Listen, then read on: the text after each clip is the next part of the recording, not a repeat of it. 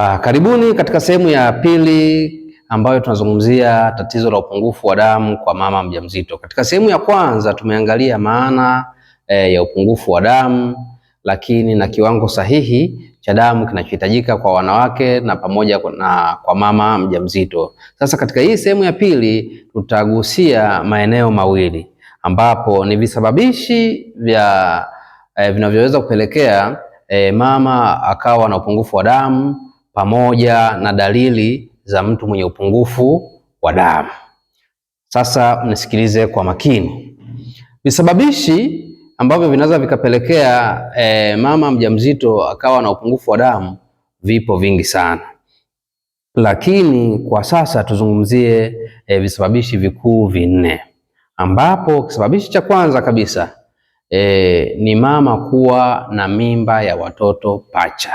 Mama akishakuwa na ujauzito wa watoto pacha, hii inaweza kupelekea akaanza kupata matatizo ya upungufu wa damu wakati wa kipindi hiki cha ujauzito, kwa sababu kiwango cha damu kinachozalishwa kinatakiwa kugawanywa kwa watoto zaidi ya mmoja na mama mmoja akiwemo, hivyo kuwa na upungufu wa damu.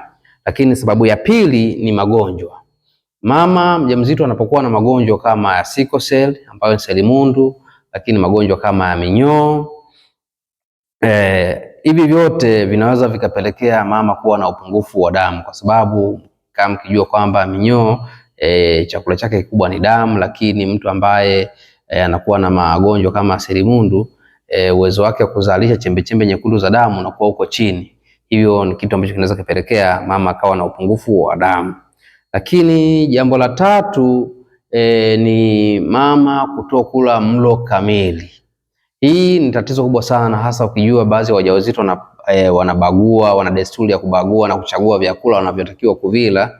Kwa hivyo inaweza kapelekea mama akawa anakula vyakula ambavyo havipelekei kuzalisha damu au kuwa na ongezeko la damu ambalo linatakiwa mwilini. Kwa hivyo jambo hilo linaweza kupelekea mama akawa na upungufu wa damu. Lakini jambo la nne na la mwisho kabisa ni mama na kutokwa na damu ukeni kipindi cha ujauzito.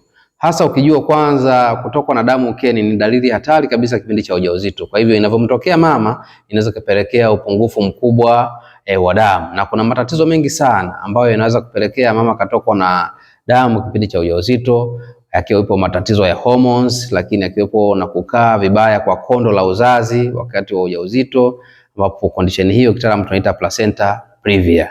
Nafikiri kwa sasa ili nisiwachoshe tuweze kupata elimu vizuri, tuishie hapo. Tutakutana katika sehemu ya tatu ambapo tutazungumzia mambo mengine zaidi ili tuweze kupata uelewa wa pamoja. Asanteni kwa kunisikiliza.